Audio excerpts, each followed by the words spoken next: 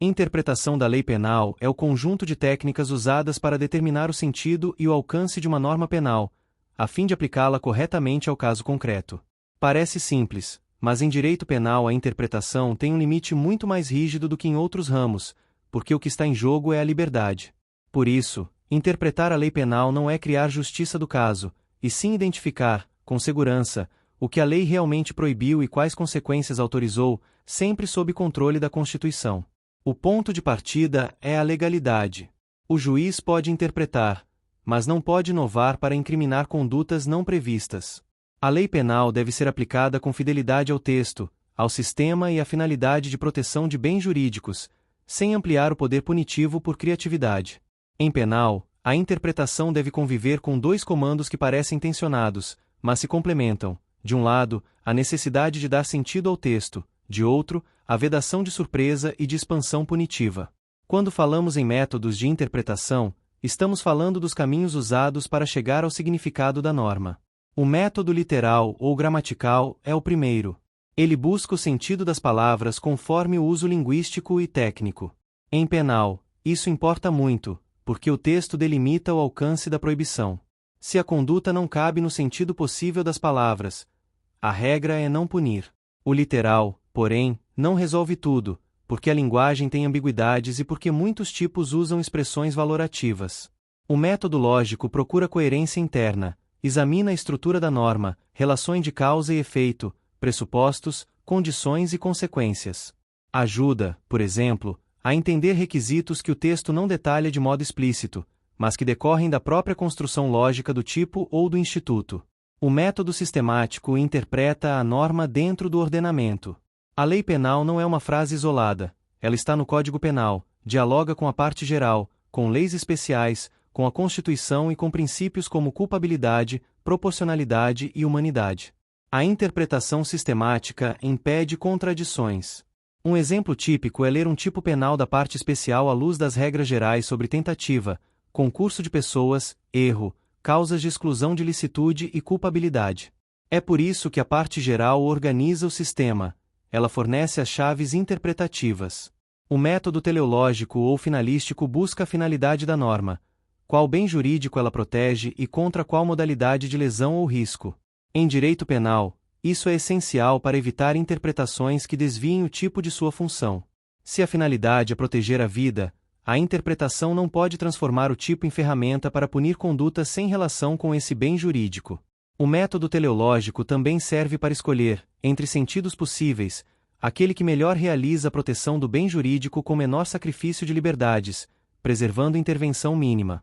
O método histórico investiga o contexto de criação da norma, os debates legislativos, o problema social que motivou a incriminação e a evolução do instituto.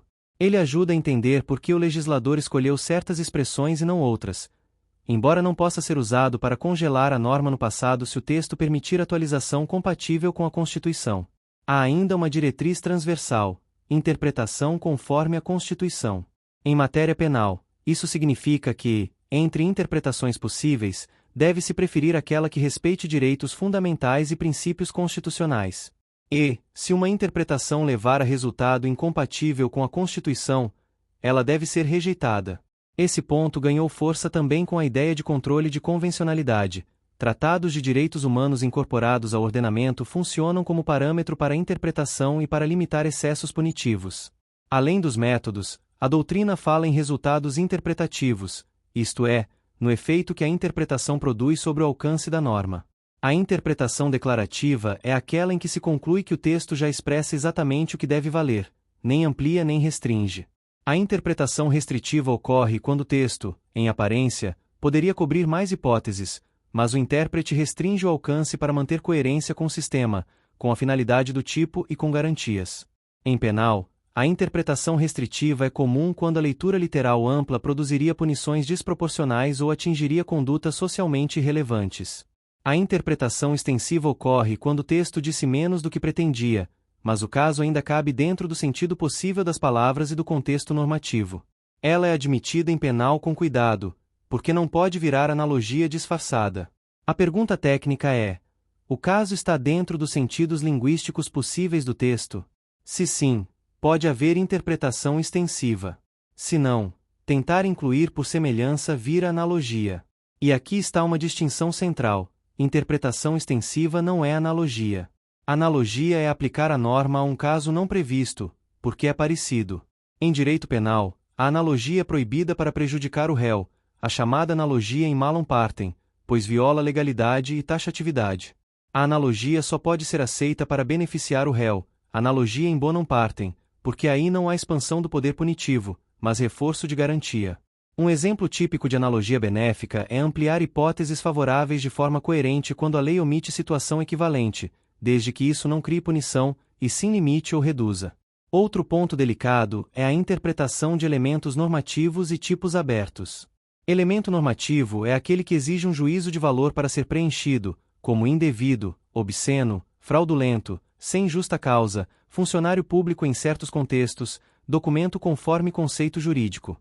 Tipos abertos são aqueles com maior margem valorativa, em que o legislador não consegue descrever exaustivamente a conduta.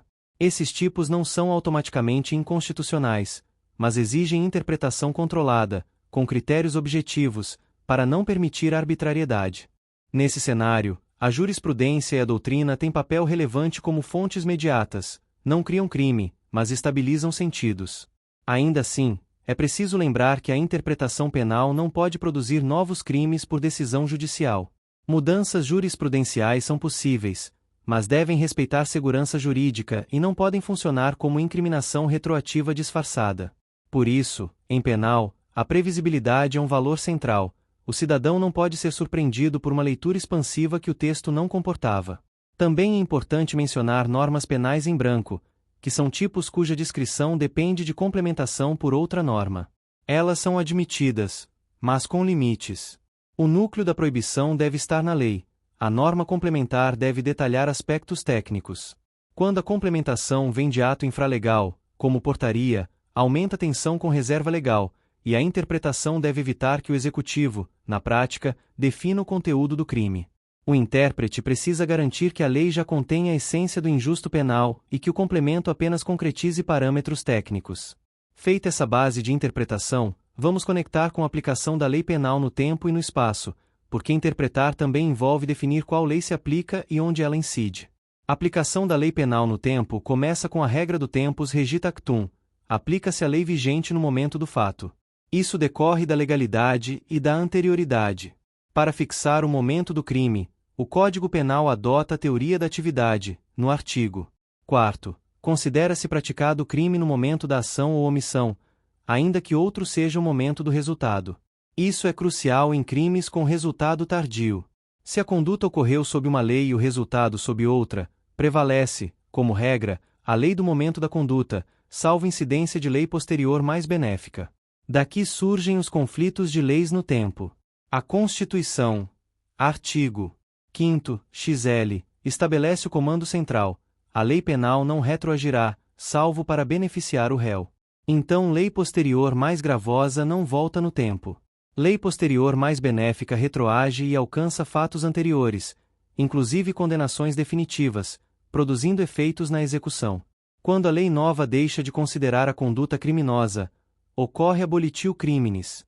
Nesse caso, extingue-se a punibilidade e cessam os efeitos penais da condenação. Se a lei nova apenas reorganiza o tipo, mantendo a proibição essencial em outro dispositivo, pode haver continuidade normativo-típica, não há descriminalização real, e o fato continua punível, observando-se eventual benefício se o novo regime for mais favorável.